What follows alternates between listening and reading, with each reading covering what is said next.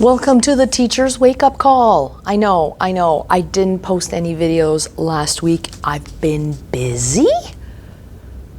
I think I was busy. I think I had a considerable amount of stuff to work on and plan. Actually, I adopted a class. I adopted a French class.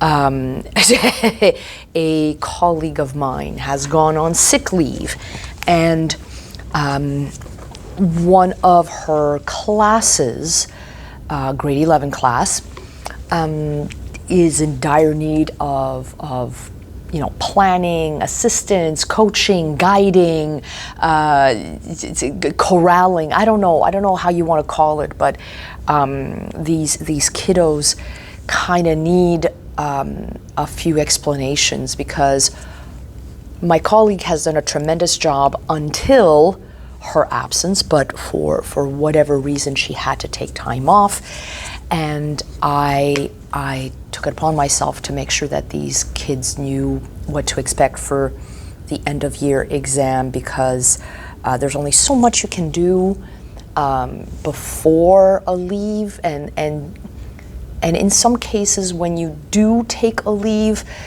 it's sometimes unexpected, and you don't necessarily have the time to go over things. So I did that, and it just so happens that this class fits in beautifully in my schedule. However, last week I was seeing 5 classes every day, and normally it's 4, because for French the cap, I think, is 4 groups. If you see them over 6 days, a 6-day cycle. I know the week has 5 days, 7 days, but like the work week. So I basically took them, I don't want to say under my wing. I did. These kids know how to fly, albeit they don't have a trajectory, and they are flying blind. And I'm sure if I did not take this on, they would have done fine. But maybe some who were on that cusp of either passing or failing would have failed without this information. So I was busy last week. So when I arrived to school, I was like, I needed to focus. I need to get everything ready and done. So that's it. So, yeah. And it is the end of the year.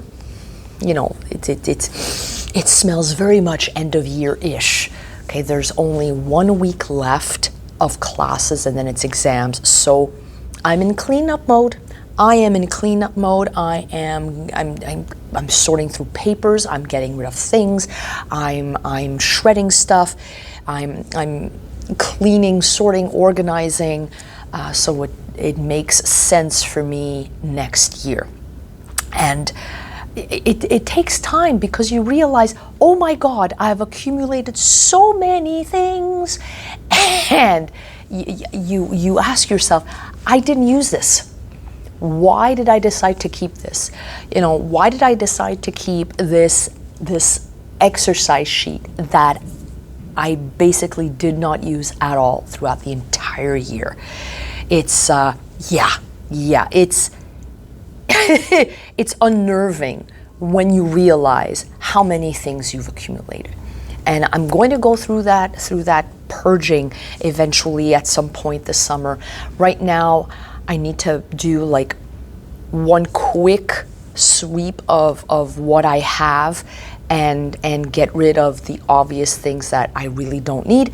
And maybe in about a month and a half at home, watching a movie on one of those rainy summer days or blistering humid days where you do not want to be outside, I'll be inside in my basement with an iced coffee, going through my papers. Which brings me to the next topic. It's an article that I read in La Presse about how Quebecers don't know how to slow down.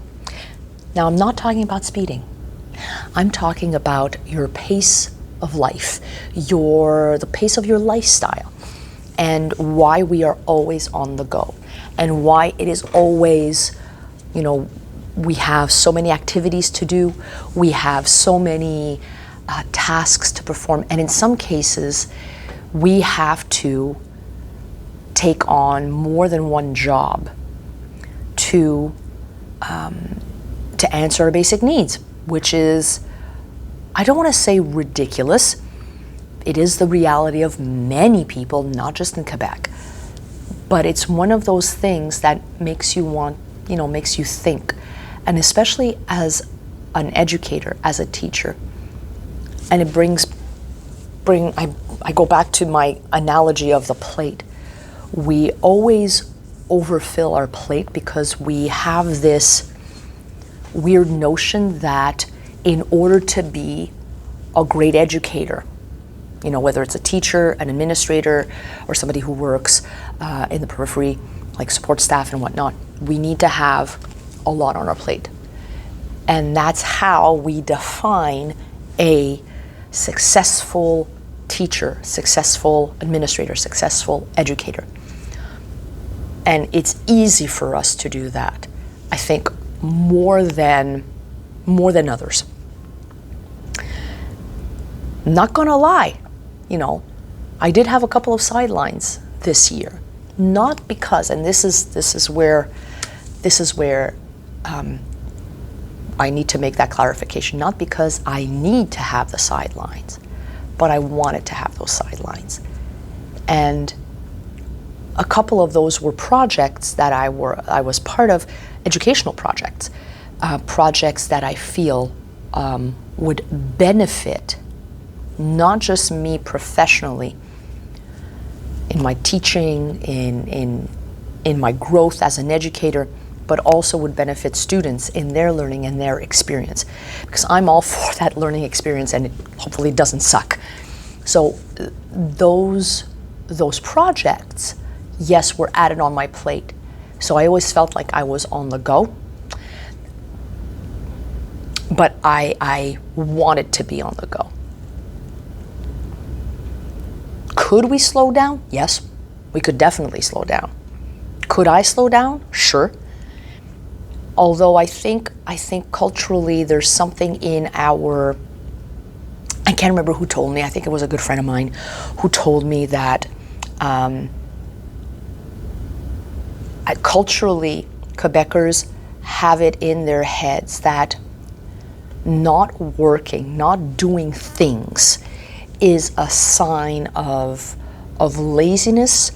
There's another word for it, I can't seem to remember. But it's seen as a sin. It's seen as a bad character trait. And I think collectively we have that in our heads. But now where there's a shift, a paradigm shift, is that more and more people have to work more than one job because, the economy makes it so that we have to have a second job. Knocking on wood, that I'm in a field where I could very well just have one job. The occasional tutoring doesn't hurt. But I made the conscious choice not to add so many things on my plate that I cannot stop and take a breather, and enjoy my time off, because there's nothing worse than being told, you have some time off, enjoy it. But you've got a laundry list of things that you need to tackle, whether it's at home or at work. It's very hard to do that. It's very hard. And I think I'm not the only one, especially as a teacher, I'm not the only one who has that mental load, that to-do list continuously in your head. And to disconnect becomes almost guilt-ridden. You cannot disconnect unless that to-do list is done. Yeah. So my to-do list is always ongoing, and right now is to enjoy a bit of coffee and wishing you a fantastic day.